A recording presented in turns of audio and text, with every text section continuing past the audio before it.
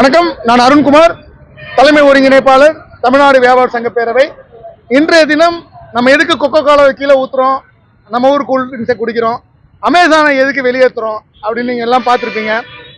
தொடர்ந்து என்னைக்கு நரசிம்மராவ் உலகமயமாக்கலை கொண்டு வந்தாரோ, மன்மோகன் சிங் அதை வளர்த்தாரோ, மோடி அதை இன்னும் ஒரு விருட்சமாக கொண்டு வந்தாரோ, அதே மோடி இன்னைக்கு சுதேசி என்ற வார்த்தையை உச்சரிக்கிறார். உங்க எல்லாருக்குமே தெரியும். சுதேசி பொருள் வாங்கன்னு மோடி சொல்றாரு, அமித்ஷா சொல்றாங்க, பிஜேபியில கட்சியில் இருக்க எல்லாரும் மேடை பேச்சுக்கு அலங்காரமா அந்த விஷயங்களை பேசுறாங்க. ஆனா அது நடைமுறையில சாத்தியப்படுது அப்படின்னு கேட்டா இல்ல. யாரு சுதேசியை ஒழிப்போன்னு சொல்றாங்களோ அவர்களுக்கு தான் மத்திய அரசும் மாநில அரசும் சாதகமா இருக்கு. ஏன்னா இன்னைக்கு அந்நிய நிறுவனங்களுக்கும் கார்பரேட் நிறுவனங்களும் எந்த அளவுக்கு சலுகைகளை வாரி வழங்குறாங்க அப்படின்னு நம்ம எல்லாருக்குமே தெரியும். இப்போ நம்ம ஒழிப்போம் சுதேசியன்னா அதுக்கு ஆதரவா லட்சம் பேர் வருவான். ஆனா சுதேசியை ஒழிக்க சொல்ற கார்பரேட்டை ஒழிப்போம்னா அதுக்கு ஆதரவு கம்மியா இருக்கும் அரசியல்வாதிகள்கிட்ட. ஏன்னா அவங்க தான் எலெக்ஷன் ஃபண்டிங் பண்றாங்க.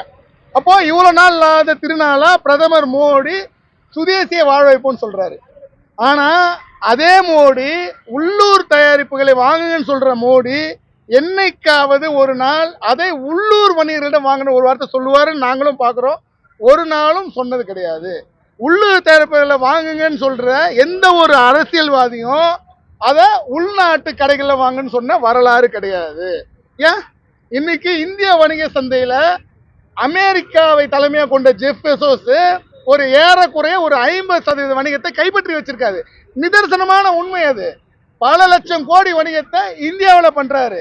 உலகத்துல முதல் 5 பணக்காரர்கள் ஒருத்தர் ஜெஃப் பெசோஸ் இருக்காரு. எப்படி இருக்கிறாரு? அமேசான் ஒரே ஒரு ஆன்லைன் நிறுவனம். அப்போ சுதேசி பேசுகின்ற மோடி இந்தியாவில ஏன் அமேசான்ல வாங்காதீங்கன்னு ஒரு வார்த்தை கூட சொல்றது இல்லை? அப்போ இது இரட்டை வேடம் தானே? அப்போ இது மத்திய அரசோட இரட்டை வேடம் தானே? மத்திய அரசை நீட் போன்ற விஷயங்களை எதிர்த்து கொண்டிருக்கின்ற மாநில அரசும் இதுக்கு அழுத்தம் கொடுக்கல. நான் இந்த மாநில அரசுல அதிமுக அரசா இருக்கும், திமுக அரசா இருக்கட்டும், காங்கிரஸா இருக்கட்டும், யாரு என்னைக்காவது ஒரு நாள் வியாபாரியை பத்தி சிந்தித்த வரலாறு உண்டா? கொள்ளக்காரன் வியாபாரிய பொதுமக்கள் தக்காளி 100 ரூபா வித்தா வியாபாரி கொள்ளடிக்கிறனுவான்.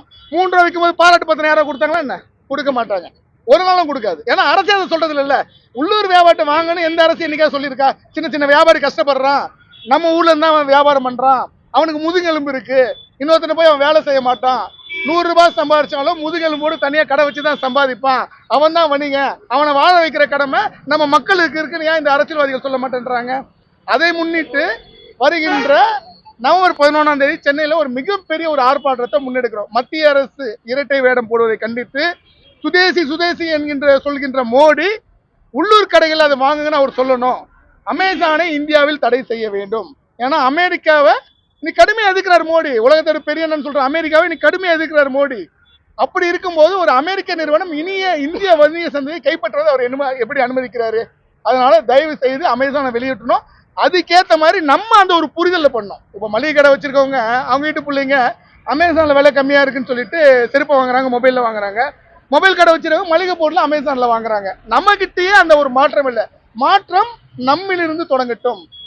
1 ரூபாய் பொருளா இருந்தாலும் சரி, 1 லட்சம் ரூபாய் பொருளா இருந்தாலும் சரி, அது ஒரு 20% விலை அதிகமா இருந்தாலும் சரி, நம்ம ஊர் மக்கள்கிட்ட நம்ம விஷயங்களை நம்ம பயன்படுத்துவோம். ஒரு நாள் கொக்கோ கோலா குடிக்காம இருந்தா அமெரிக்கா எப்படி ஆட்டம் காணும் நமக்கு தெரியும். ஒரே ஒரு நாள் உள்ளூர் பானத்தை குடிங்க. இப்போ கூட நான் டிலோன்னு ஒரு கம்பெனி காட்டினேன், அவ்வளோ தரமா இருக்கு. நான் கோவை வந்ததுலேருந்து டிலோ கம்பெனி குளிர்பானத்தை தான் குடிச்சிட்டு இருக்கேன். அவ்வளோ தரமான பொருட்கள் என் மக்கள்கிட்ட போக மாட்டேங்குது. கக்கூஸ் கழுவுற கொக்கோ கோலா எப்படி மக்கள்கிட்ட போகுது? டிலோ கம்பெனி ஏன் போக மாட்டேங்குது? அப்போ அதை முன்னிறுத்தி அந்த ஒரு விஷயத்தை அந்தந்த மண்ணில் இருக்க பொருட்களை அந்தந்த மண்ணில் இருக்க மக்கள் யூஸ் பண்றதுக்காக இந்த விழிப்புணர்வு பிரச்சாரம். கோவை மக்கள் எப்பவும் புத்திசாலியானவர்கள், அவங்க கண்டிப்பா அதுக்கு ஆதரவு தெரிவிப்பாங்க. அதனால ஒரு மிகப்பெரிய எழுச்சி, எப்படி ஜல்லிக்கட்டு ஒரு மிகப்பெரிய ஒரு எழுச்சியை கொண்டு வந்ததோ அதே போல சுதேசி என்கின்ற இந்த கான்செப்ட் ஒரு மிகப்பெரிய எழுச்சியை நம்ம கொண்டு வந்த அப்புறம் மாற்றம் நம்மிலிருந்து, கோவை மண்ணிலிருந்து. வாழ்க சுதேசி வணிகம், வளர்க சுதேசி வணிகம்.